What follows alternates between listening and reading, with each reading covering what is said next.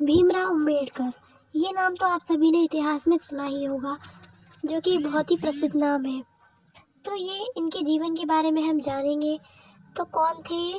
भारत को संविधान देने वाले महान नेता डॉक्टर भीमराव अम्बेडकर का जन्म 14 अप्रैल 1891 को मध्य प्रदेश के एक छोटे से गांव में हुआ था। डॉक्टर भीमराव अम्बेडकर के जो पिता थे रामजी मालोजी सकपाल और माता का नाम था भीमाबाई।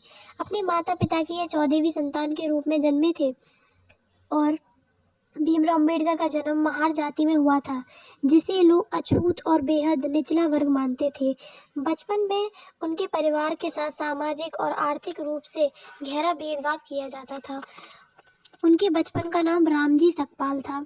अम्बेडकर के जो पूर्वज थे लंबे समय तक ब्रिटिश ईस्ट इंडिया कंपनी की सेना में कार्यरत थे और उनके पिता ब्रिटिश भारतीय सेना की मऊ छावनी में सेवा में थे। इनके पिता हमेशा ही अपने बच्चों की शिक्षा पर जोर देते थे। इसके बाद 1894 में इनके पिता सेवानिवृत्त हो गए और 2 साल बाद ही उनकी माता की मृत्यु हो गई। बच्चों की देखभाल उनकी चाची ने कठिन परिस्थितियों में रहते हुए की।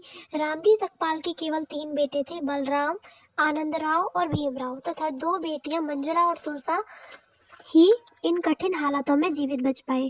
अपने भाई और बहनों में केवल अम्बेडकर ही स्कूल की परीक्षा में सफल हुए और इसके बाद बड़े स्कूल में जाने के लिए सफल हुए।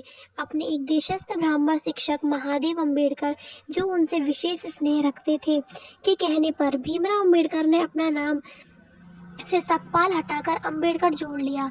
अभी अम्बेडकर कहाँ से आया? उनका जो गांव का नाम था अम्बावडे पर आधारित था। अपने विवादास्पद विचारों और आलोचना के बावजूद भी अम्बेडकर की प्रतिष्ठा एक अद्वितीय विद्वान और विधिवेत्ता की थी, जिसके कारण 15 अगस्त 1947 में भारत की स्वतंत्रता के बाद कांग्रेस के नेतृत्व वाली जो नई सरकार अस्तित्व में आई, तो उसने अम्बेडकर को देश के पहले कानून मंत्री के रूप में सेवा करने के लिए आमंत्रित किया, जिसे उन्होंने स्वीकार कर लिया।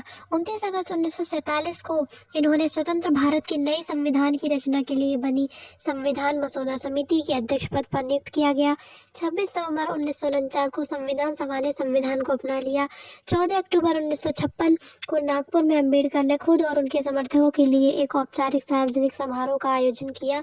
अम्बेडकर ने एक बौद्ध भिक्षु से पारंपरिक तरीके से 3 रत्न और पंचशील को अपनाते हुए बौद्ध धर्म ग्रहण किया।